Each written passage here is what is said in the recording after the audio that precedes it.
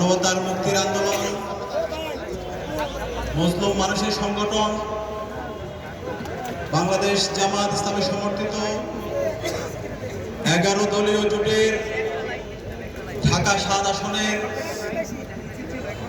প্রার্থী, এ অঞ্চলের মাটি ও মানুষের নেতা আলহাজ হাজী মোহাম্মদ এনায়েতুল্লাহ ভাইয়ের নির্বাচনী জনসভায় উপস্থিত জাতীয় নেতৃবৃন্দ, উপস্থিত বিপ্লবী ছাত্র জনতা, উপস্থিত শহীদ পরিবারের সদস্যবৃন্দ, উপস্থিত সাংবাদিক বন্ধুগণ, আসসালামু আলাইকুম ওয়া রাহমাতুল্লাহি ওয়া বারাকাতুহু। ওয়া আলাইকুম আসসালাম ওয়া রাহমাতুল্লাহি ওয়া বারাকাতুহু।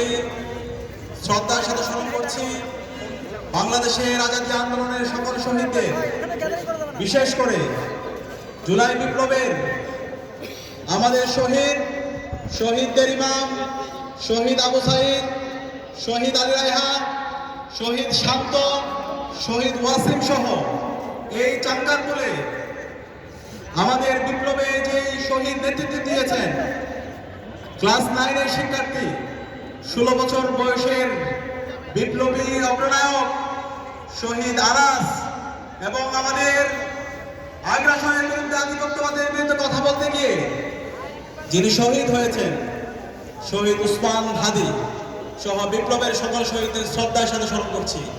আল্লাহ পাক সুবহানাহু সকল শহীদদের জান্নাতুল ফেরদৌসের মেহমান হিসেবে কবুল করুন, আল্লাহুম্মা আমিন। সংগ্রামী উপস্থিতি,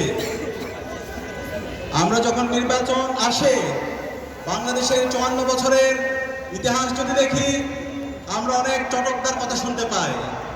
আমাদের যারা নেতারা আছে, যারা নির্বাচনের প্রার্থীরা আছে, নির্বাচনের আগে আমাদেরকে চটকদার অনেক কথা বলে না? কিন্তু আমরা দেখতে পাই গত 54 বছরে আমরা যাদেরকে নেতা বানিয়েছি, এই নেতারা বারবার আমাদেরকে প্রতারিত করেছে।